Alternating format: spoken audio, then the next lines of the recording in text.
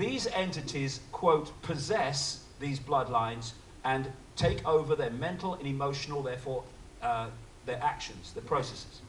And to do that powerfully, there has to be a vibrational sympathy that allows the most powerful connection possible to happen. And so because of the genetic hybrid nature, there is a vibrational hybrid nature, which allows these bloodlines to be possessed, to have their mental and emotional capacities taken over, which is far more powerful than the rest of the population where there's not the same vibrational connection. The possession of the demons and the gods of humans goes back as far as history. And still today, it's a constant theme if you dig into it and look at it. So what we're looking at, and I didn't pick him by accident, by the way, what we're looking at, when we look at these people, we are decoding within the 5-sense band of frequency that we can access. And so what do we see? We see the human level of them, which is vibrating within that frequency range. But if we could see just outside of it, and some people can, of course, they have a much more expanded acuity visually, then they see things that actually look anything but human, overshadowing these entities. And there are times when the entity can pull back, when it doesn't have to control the processes, and the person can have a personality change. Oh, I met him, he was a nice bloke. And then the entity comes in when it needs to impact on behavior, and suddenly a very different person appears. It's another form of schizophrenia. It's not the only explanation for schizophrenia, but it's one of them.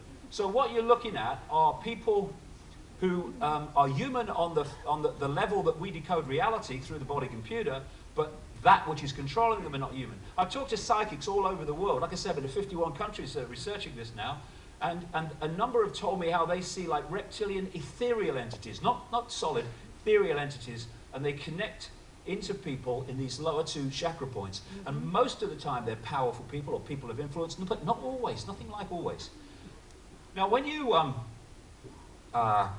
see in laboratories and when there's material that the scientists can't work with directly, it will be in a tank, and then the scientists will put the gloves on and work outside the tank, but be able to go inside the tank and work with the material. That's very, very symbolic of what we're looking at here. The human hybrid Illuminati bloodline is like those gloves. It is the vehicle for the entity outside of our frequency range to manipulate into this one. And Neil Haig, you'll see this picture a number of times through the day, Neil Haig symbolizes these Illuminati bloodlines in its human structure as this bearded man, but that is a structure controlled ultimately by something that's nothing like human. Now, this goes back way, way back, but you can pick it up in this kind of period in China, the Indus Valley, Mesopotamia, and Egypt, these advanced civilizations for their time. And again, they had reptilian imagery, reptilian gods, reptilian background. And this one seems to be particularly important, the area known as Sumer, which also became Babylon. Loads of Babylon symbolism now is used by these bloodlines in everyday society today. And it also became, of course, Iraq. Iraq is not just about oil. It's not just about one thing. One thing I've learned over the years, it's never about one thing. It's about multiple things. And one level is that this area of land is very sacred to these bloodlines for historical reasons. Now, the Sumerians in clay tablets that were found in the 19th century and 20th century talked about a non-human race they called the Anunnaki, the interbreeding with humans to create hybrid bloodlines and other things. And out of that came the European aristocracy and royal families. As these bloodlines moved up into Europe, this is not the start of it, it goes way back. There's a point where you can pick it up. And these became the European aristocracy and royal families, like the British royal family. I've lost my knighthood, you know. They're not going to give me a knighthood. They're not. They're not. It was when I said they were into Satanism and sacrificing people. I think that was I crossed their line then. Anyway, so these aristocratic and royal bloodlines, eventually there was a resistance among the population around the world of overt, in-your-face dictatorship by royal bloodline. And so what the bloodlines did, some of them stayed in the royal aristocratic lines, but they actually also moved into the dark suit professions of banking, of business, and politics. And these are some of the people who are among these hybrids today. That is something that is going to come up again and again and again. The House of Rothschild. Their ears will be burning in the next section, I can tell you. And these are the middlemen and women, the hybrids, the demigods that manipulate human society. But that's the control system and where it comes from ultimately, I would suggest. So what happened with the European empires, like the British Empire, in which they said the sun never set, the French Empire, and all the others, of course, both of those very relevant to North America, is these bloodlines went all over the world, particularly through the British Empire. London's a major centre for this stuff. And then there came a point where apparently these bloodlines, or the colonial countries anyway, withdrew. But what was happening there was a massive sleight of hand. There's two types of control. There's a control you can see, touch, and taste. Communism, fascism, apartheid. You might not like it, but you know where you are. And you can pretty much see the controllers of this system, at least on one level. The greatest form of control is a control that you can't see and you're not aware of. Because people don't rebel against not being free when they think they are.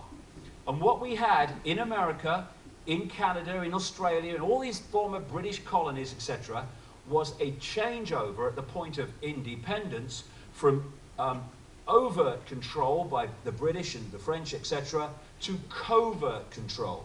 And they've gone on controlling these countries ever since. And the center of this control system, though it's very much in the United States, the center of it at operational level is actually in Europe. And what they do is they use America in many ways as the fall guy to take the flak and to be a in-your-face obvious manipulator and colonizer of places like Iraq and all the rest of it. But the real stuff, if you like, very simply, the bullets are put in the gun here and fired from here overwhelmingly. Of course, who you see are the people firing the bullets. It's a big sleight of hand. And so what they've developed through this process of leaving the bloodlines out in the countries and the control system in the countries, which people can't see, and replacing colonial dictatorship with democratic dictatorship, which is what we have in my country and here. And they've created this structure which runs to this very day. It operates like a transnational corporation, exactly the same, except that it's secret societies. The center of the transnational corporation global network is the headquarters. In each country, they have subsidiaries, and the subsidiaries run according to the diktat of the center. You go into a McDonald's in one country, in Europe or anywhere, South Africa, it's the McDonald's you'll go into in New York, in every basic sense. This is how they work. What this Illuminati has done, this bloodline network, is they have the headquarters in Europe, and in each country they have a network of secret societies and bloodline families, and their job is to manipulate their sphere of influence, their country, in line with the centrally dictated agenda. This is why when I go around the world, I see the same things coming in different countries, justified often by the same lies, because this is how it operates, just like a transnational corporation. And you can symbolize it as a spider's web. The spider in the center, the Rothschilds very close to the spider, and then all these different strands of the web are governments, they're banks, they're secret societies, countries, media, transnational corporations. My God, what